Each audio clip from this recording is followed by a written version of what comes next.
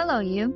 I'm Laila Stancioff, your host, and welcome to the Find You podcast, From Sick of It to Simply You. Here, our guests will tell us about their transformational journey and challenges they have faced. You also learn tips and strategies on how to do it yourself. Ready for some inspiration?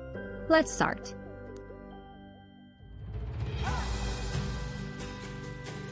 Today, we'll talk to Céline. First time I met her, I came home and told my husband about the Empathy Girl. She had shown me beautiful coloring posters for kids, displaying different emotions and emotional needs. Céline is a trainer in nonviolent communication and a certified coach specialized in neurosciences. But that is not where she started. She used to be an agricultural bioengineer and a pretty tough person to work with. Let's enjoy one more story of true transformation.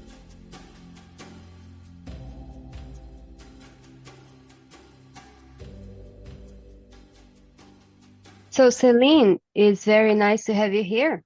Thanks for coming to the podcast. Thank you for inviting.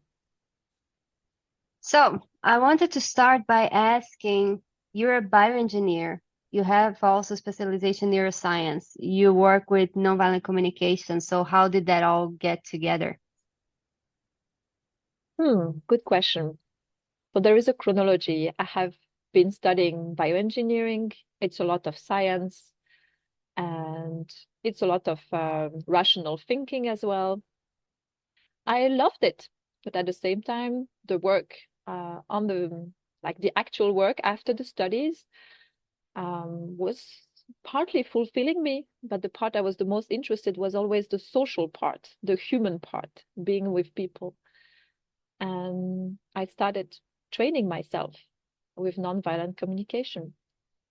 And nonviolent communication for me also helped me personally. So it's a tool for talking honestly, listening with empathy, but it doesn't mean being kind. It's just having a connection with people. It can be professionally, it can be even with your enemy to make a consensus on a war level discussion.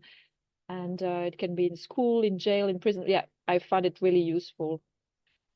And then the neuroscience came after. I decided to train as a coach to help people. And I realized that actually the science I learned can be used for understanding the brain, which can help for mental health. And yeah, that was a very nice feeling to use all I've learned into a new direction, the direction I'm passionate about, helping people.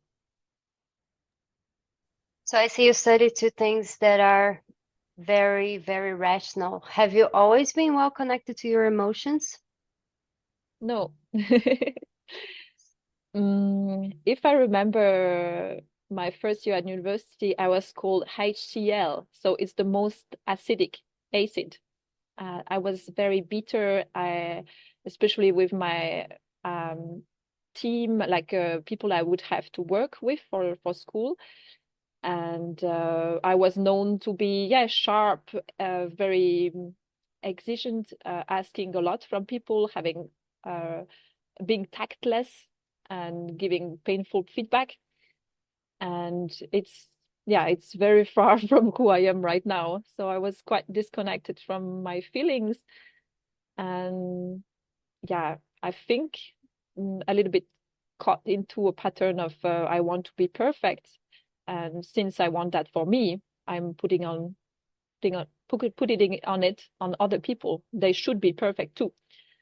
And this came with a cost, the cost of lacking the connection with the people, not being really a team, not feeling satisfied, not being in tune. Yes. Not feeling good enough. I do have like a similar problem when it comes to working with operations. Like I can be very straight to the point and I just say it. And let's say I don't take bullshit. And I was told multiple times to look at nonviolent communication as a kind of solution to that, like learn how to talk in a better way to people. So did you get to nonviolent communication also because of that? Or did you first connect to yourself and then you realize, oh, that's cool, I can help other people? Very good question. Actually, it came first that I discovered the joy of giving attention to the team to take care of the relationship. So I didn't connect to myself first. I connected to a group. And I realized that by putting the efforts on the relationship, that everybody feels good, that everybody understands what we are doing, not to be like a sugar candy teddy bear, no, just to be acknowledging what has been done, organizing the communication that everything is clear, then huge results comes out from it. Plus, it's effortless. We're having so much fun. We come by ourselves, we do extra hours. It was for a project where people really volunteered, and it wasn't, we were not forced to be together, we chose to be together. And we had such a great time and we learned so much. And this is how I had my click of working with people is amazing. And you can work on these techniques, team working, communication. It doesn't have to be that you're born with them, that you have this natural talent. And I started getting curious about nonviolent communication for that reason. And definitely it helped me still today because, we can always learn better. But I learned how to make the person in front of me willing to listen and not feeling accused and on the defensive position. Yeah, because we are naturally, feeling threatened when it comes to personal personal feedback, or that part of us think I haven't done the right job or something is wrong. So just to talk from a perspective where the person can receive it, and then being connected with that answer. And how was it to make that change for you? Like you realize it's much better if you focus on the relationships and the whole, teamwork, everything is different. But was it easy to later apply that, or was it still a struggle? It was a huge aha.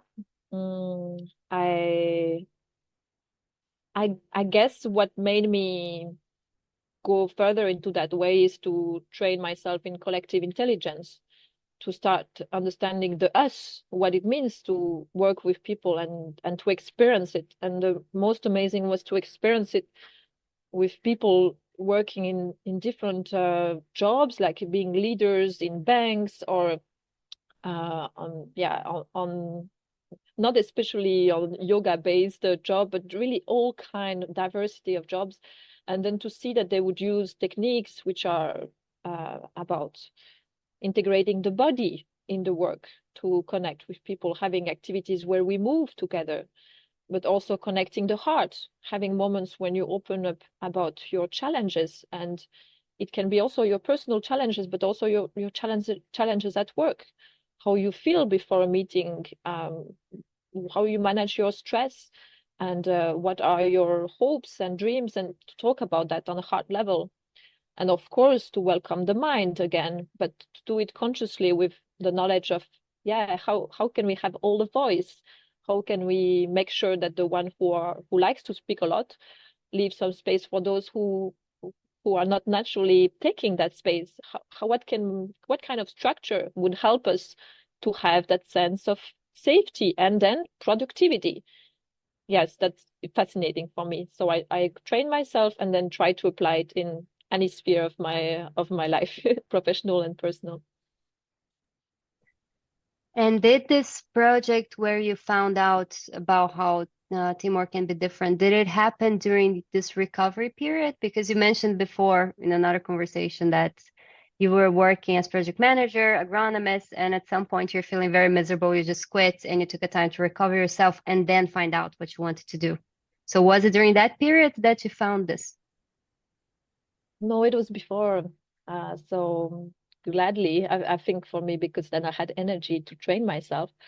So it's something that I came a little bit randomly asking around, and then I trained myself because I thought it would be useful later. And then I got into jobs that were exactly related to my diploma. And I was also excited about them, giving myself the best.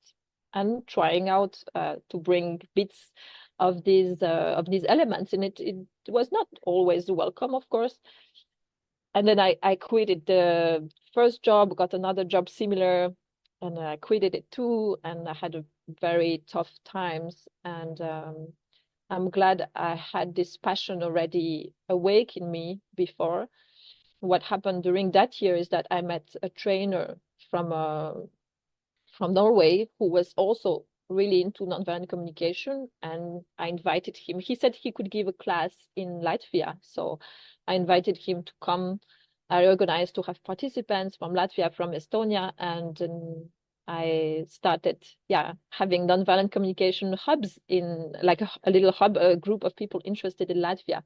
And after the training, there was a success, so I decided to continue offering space for practices, and then even further, like full day course, and now we have tools, and we do a lot of things for schools as well. It was the beginning of letting a passion take more space in my life.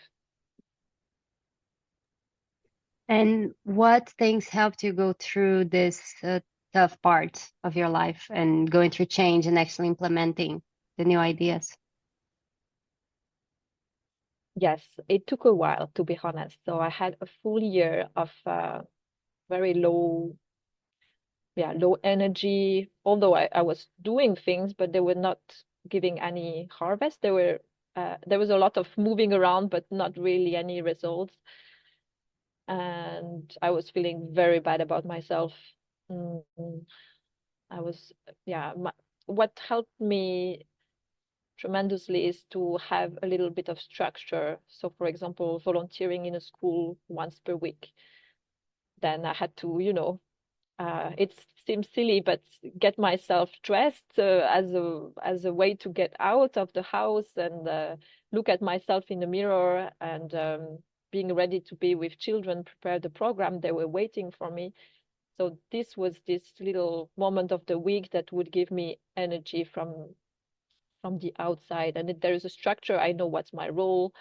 I'm not, even if I had to overcome fear, I know when I'm in it, I know it's good for me. I really loved it. So I would, suggest to find a routine or an activity that will be a milestone for you to connect to who you are, what makes you feel alive. Yeah. And the other part was about letting myself being low, accepting that it's like that. I knew it was temporary, but still it's hard. You want to be that 100%, that full person, that whole person who can do things and manage everything. So I tried to be okay that it was not the case. And through these dark times and feeling what's the point of all that, then I try to catch these moments where I felt truly passionate, when I had that call inside me that even if I'm low, I really want to put all my resources to make it happen. So to listen to this little spark inside. And this is hard to do when you are very like doing a lot of things, being busy. Even, I couldn't realize this spark of passion through the years when I was employee. So I had to go through that low times to realize that, actually, I love working with kids. And I spontaneously organized a summer camp around creative dancing. And I didn't have the resource for it, but I got help and I managed. And then the nonviolent communication came and grew, and I found people that could help me not to do it alone. And that year, I also found a way to get back my confidence and even like financial security with a temporary job. Really reboosted myself. So it was about observing opportunity and checking inside. Is it for me? Is it for me right now? Is it really calling me? And then to follow it, to try, and to ask for help if it's too much to do it alone. That would be my advices. Yeah, sometimes when we exactly have nothing figured out is when we have the space to actually find out new things. Because when we have everything and we feel like that's it, I know what I'm doing, I know who I am, you sometimes just go on autopilot and you don't really reevaluate things. You don't really think. So that's actually, it's a painful but a very good space to be on, at least once in a while.